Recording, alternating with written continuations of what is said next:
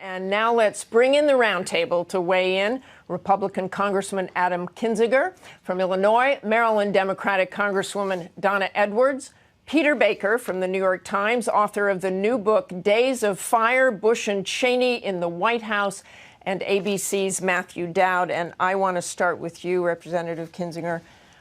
Just react to what you heard from those Tea Party supporters. Those are some genuine emotions. Oh, sure. There's a lot of passion out there. We're a country $17 trillion in debt, and this has to stop. My concern with what's going on, and we saw the interview with Ted Cruz and everything, is we're seeing conservatism, in essence, being redefined in this country. And it's not being redefined by Ted Cruz. It's being redefined by some of these outside groups, your Heritage Action, your Club for Growth, your Freedom Works. And you have a small group in Congress that has really become the surrender caucus. They've surrendered their voting card to the wishes of these outside groups. My voting card says Illinois 16th District, and that's who I represent. Let me ask both of you, and it's essentially what I asked Nancy Pelosi as well. Aren't you humiliated by this week? Aren't you ashamed?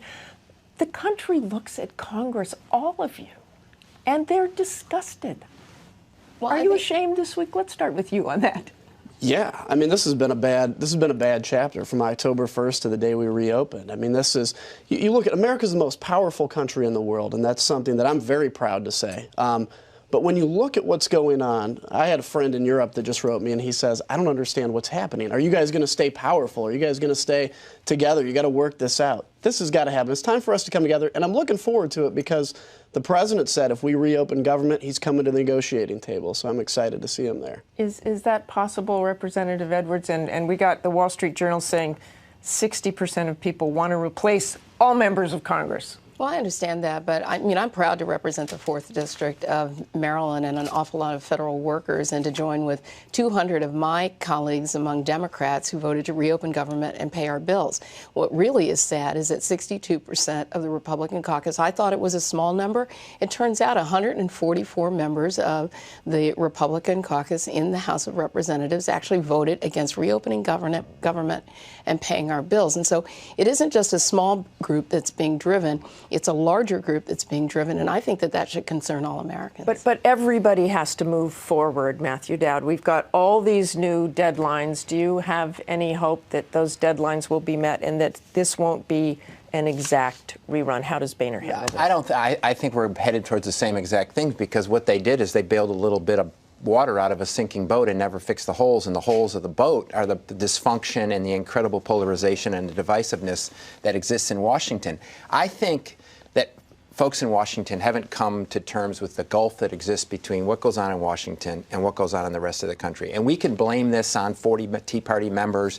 We can blame this on crazy stuff Ted Cruz says and does. And we can blame this on a lot of people. But the problem is average Americans sit out there and says, the federal government is not meeting my hopes, dreams, and needs, whatever partisan makeup they are in that. And they see Washington, and this is where the Republicans, I think, have been really bad about this, as representing the status quo, as representing, okay, that's fine, we'll try to cut this, but we're going to have this big government program, but we're going to do the best job we can.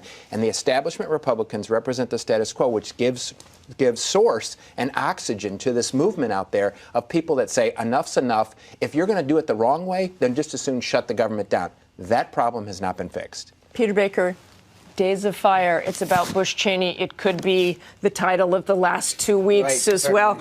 But what lessons can you learn from this book about what's happening now? What lessons could President Obama learn? What lessons could Speaker Boehner learn? Well, that's a very good question. I think what's really interesting is this is not George W. Bush's Republican Party right now.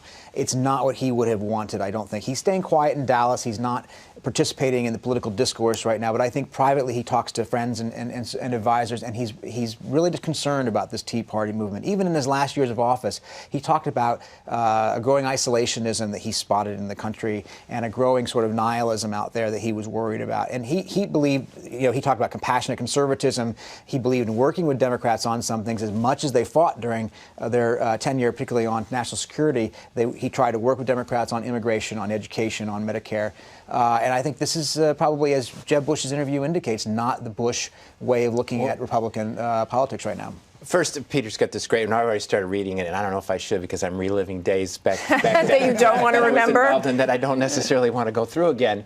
But I think that the fissures that are being exposed in the Republican Party right now are not new today. They existed in 2000 when the president ran for election the first time out. He was able to cover up those fissures because of his name. He was the dominant candidate. But those fissures started to surface in the midst of that. And how do you coalesce that? And we did that in 2000 and 2004. And then they started surfacing in 2008, which is one of the reasons John McCain. But this seems like much more serious fissures. They seem very different, much they're stronger. exposed because I think so. Because the college establishment is no longer in charge of the dorms. The dorms are in charge of the college campus. It's a different moment because you see, I'll call it the kind of the Ron Paul, movement, which all belong to the Republican Party. Whether you support Ron Paul, whether you support Ted Cruz, or whether you support Chris Christie, we're a big tent Republican Party. But I think as a party, we've got to have a real conversation about the fact that you can have different views. You can vote with the Tea Party 8 out of 10 times and still be a conservative. The conservative movement has slowly been redefined to what Freedom Works and Club for Growth wanted to look like, which are outside unelected groups run by a couple of 30-year-old staffers. And that's what my concern is. The other point I want to make, though, is this. The President of the United States is the only one, whether he's Democrat or Republican, that can really lead a country together and give a vision. We can do that. I can do that as a member of Congress, but it's not going to have the impact that the President of the United States will. He needs to come out and start to lead the country and say it's time to be unified. He's got 3 years left to make a name for himself. Well, I think it's it's really easy to cast this off on the president, but the fact is when you have now what looks to be a majority of Republicans in Congress who want to stop the president at any point, who want to say, we want to undo your signature health care act and shut down government over that and not pay our bills over that. I mean, that really is very extreme. And I think even a president this president, in my view, as a progressive Democrat, has bent over backwards to try to accommodate the Republican Party and construct bipartisan support. We're going to do anything differently. I think Martha, part of the real problem in this is, and until this part changes, I think that we're going to be in this situation. We need to redefine winning differently.